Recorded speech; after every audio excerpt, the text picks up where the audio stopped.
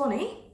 For today, I am not doing an unboxing or any plant update from the import, but I would like to talk specifically about one plant. The plant here that I'm holding, it's Hoya Sp aff Burtoniae.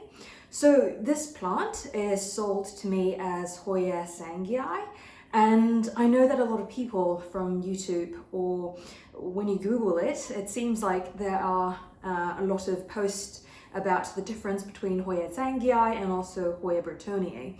But based on the leaf and based on the flower color, this one it concluded as Hoya Sp aff Burtoniae.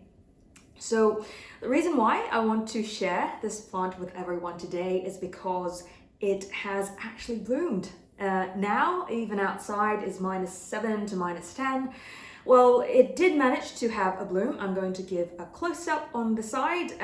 This is actually the first time for this to bloom in my environment.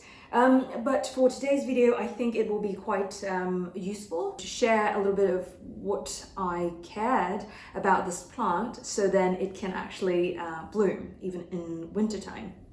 So there are several things that I want to share. So starting from the light.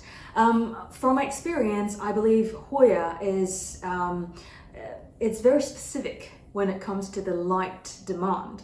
I realized that the more light that you give it, the more likely that it will grow faster. So light, they need a lot of bright, mostly indirect, but they don't really mind direct sunlight in my environment. And secondly, about the watering. I know that a lot of people say that Hoya doesn't need a lot of water, but in my experience, I noted that the Hoya actually need quite a lot of water. I water my plant almost, even now, every 5 days.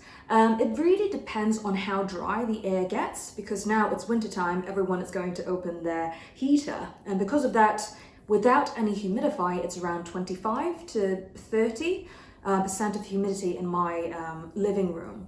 So I believe that if it comes to watering, it also comes together with how humid the air is. So if your air is really humid, then probably you don't need to water as much. But the best way to look for it is to test the soil mix, whether it is damped or it is crazy dry. And I believe it's not to be damped in the soil, but it's to be moist in the soil. So then it comes to humidity. Humidity, it will be nice if they have a lot of humidity. For example, 60% to even 80% of humidity. This will encourage growth and potentially encourage the flowering. This is because the drier it is, the easier that the flower buds actually will dry up and die, unfortunately. So I think humidity is not 100% essential. If you don't mind it to grow a bit slower and then it don't really flower as much, then actually it's fine to keep it probably like 35 to 50% of humidity. So now it comes to the soil mix. All of my Hoya, I use pon. I really enjoy using the pon because it is not easy for you to overwater your plant, but at the same time, it gives the plant enough moisture to keep it happy. Under my condition of using pon, I water it, as I mentioned, every 5 days. But it really depends on how dry the pond became. If it is super dry, I can see that from the light color of the little rocks, I will water it right away. I don't really count.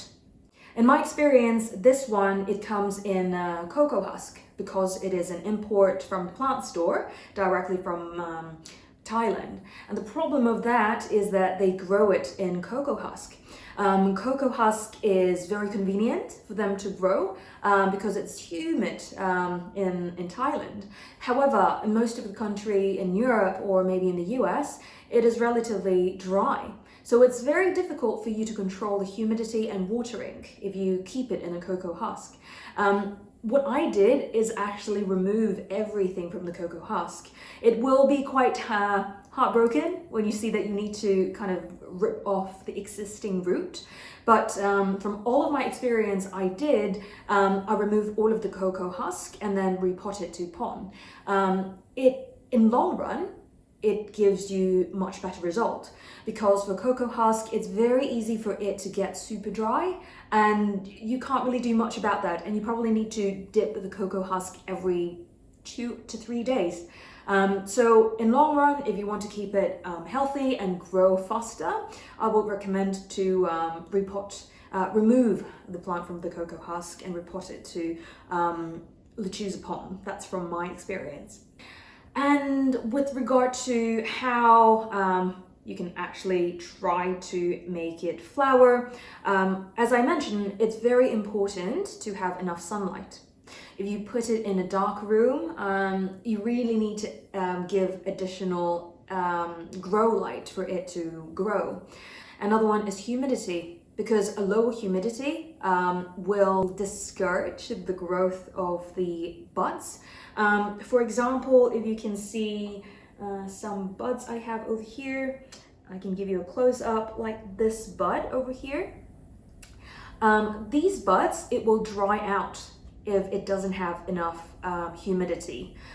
It's much better in summertime, because in summertime it's supposed to be more humid, and because it's really hot, the plant itself will evaporate more water. So then it gives the entire plant more humidity around. So yes, first, light, second, humidity, and thirdly, I would say, is to keep it moist in the roots. As I mentioned, it's not damped, because damped will promote root rot. It is only moist. So these 3 elements, I would say, is quite important. And the 4th element is patience. This one, how long does it take for it to bloom?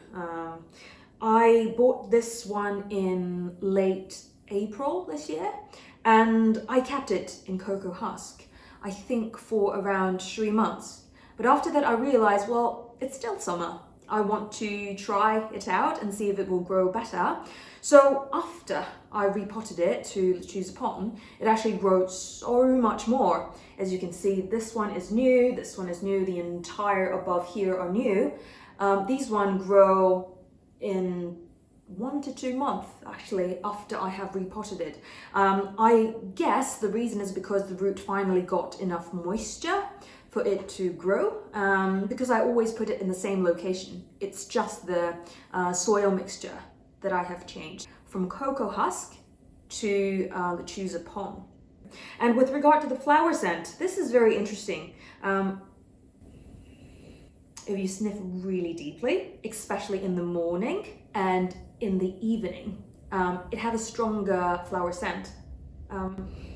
It actually does, as what other people said. It smells like caramel or butterscotch. It is incredible. How would you have a dessert on a flower bud just look like little candies? It is so perfect that the ring or the rim of the flower itself looks so perfect, so that each of them is very delicate, but at the same time it's so detailed, it almost like it's fake. So yeah, it actually smells like butterscotch. Last but not least, about the pot size, I think for most of my Hoya, I put it in a relatively smaller pot. I know that people say that Hoya enjoy to be more root bound. I think it depends on what you want from the plant. If you want the plant to kind of grow flower, it kind of needs to have enough roots to grow flowers. And in order for it to have enough roots, actually the better way is to keep it in a smaller pot, because when the pot is so crammed with roots, then the plant itself, they sense, oh, okay, now I have enough roots and I don't have enough space to grow more roots. And then it will decide, okay, maybe I can grow other stuff, not roots, which is flower. So I think that's why people say that if you keep it in a more root-bound pot, i.e. smaller pot, it will flower easier. yeah, so if you want to flower, I think a smaller pot will increase your chance. However, if you want to grow the plant itself, if you want to grow more leaves, I think a bigger pot will encourage more root growth, and root growth will promote more leaves because they have more energy to do stuff. But I do recommend to use a smaller pot in general, because for Hoya, it doesn't like damp soil. So if it's a really big pot with a small cutting or small plant, it actually increases the chance of root rot. So in that perspective, even regardless if you want to flower it or not, it's better to keep it in a relatively smaller pot, so then it can dry out quicker, and you can keep the level of moisture instead of the level of damp. So this is everything I can share about Hoya Sp aff Burtoniae. Yeah, I hope you enjoyed it, and I will see you in the next one. See ya. Bye.